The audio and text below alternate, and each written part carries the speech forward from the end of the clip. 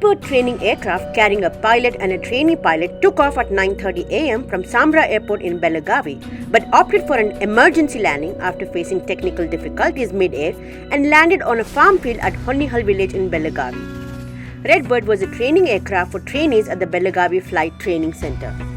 The two pilots sustained minor injuries and were taken to the Air Force Hospital.